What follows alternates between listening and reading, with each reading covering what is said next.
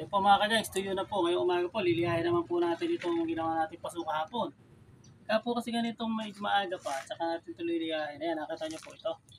Kita mo to. Ayan, yung mga ganyan po mga resalte. Ayan. Napakadali po lihain yan. Ayan. Oh, tanggal na.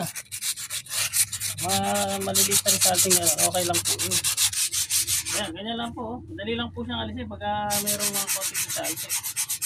Ayan, matilis na. Paraanan po natin para makapit-pitura. Ito nga palang ginagamit kong liha, 100 po ito. 100 grit.